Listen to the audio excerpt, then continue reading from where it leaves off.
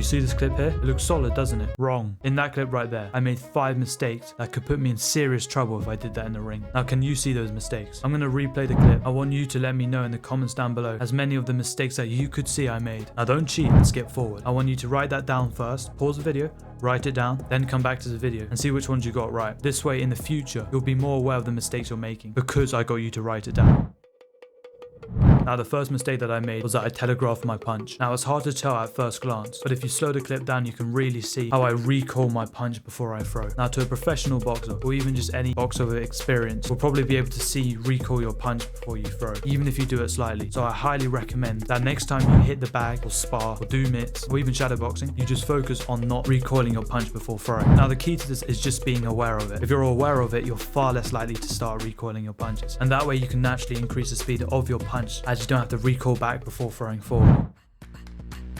Now, the second mistake I made is a lot more obvious, but play the clip again. You can see that I keep my chin up, which can be very detrimental if you do that in sparring or in a fight, for one big reason, and that is you're more likely to get knocked out. Because if they keep their head up, you're far more likely to get your head knocked back, which can cause you to get knocked out. The reason why you get knocked out is because when you get hit, your brain hits the side of your skull, and if it hits it hard enough, you will get knocked out. So in order for that not to happen, you need to make sure your head does not move, or moves as little as possible when you get punched. So if you don't want to get knocked out, keep your chin down.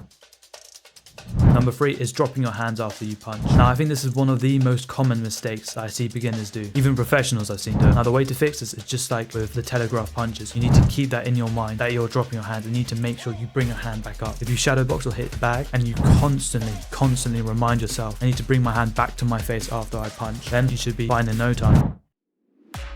Now, the fourth mistake that I see a lot of beginners make is that when they're moving around, they cross their feet. So as you can see in this clip, as I'm moving to my left, you can see that my right foot and my left foot cross. The problem with that is that if I get caught by a punch while doing that, then I'm far more likely to get knocked down. Not only because I'm more vulnerable in that position, but also because I'm not balanced. Now, the reason why a lot of beginners do cross their feet is because they don't know how to move around the ring. And if you want me to go into full detail on how to actually move around the ring properly and how to improve your footwork, let me know in the comments down below and I'll make a video on that.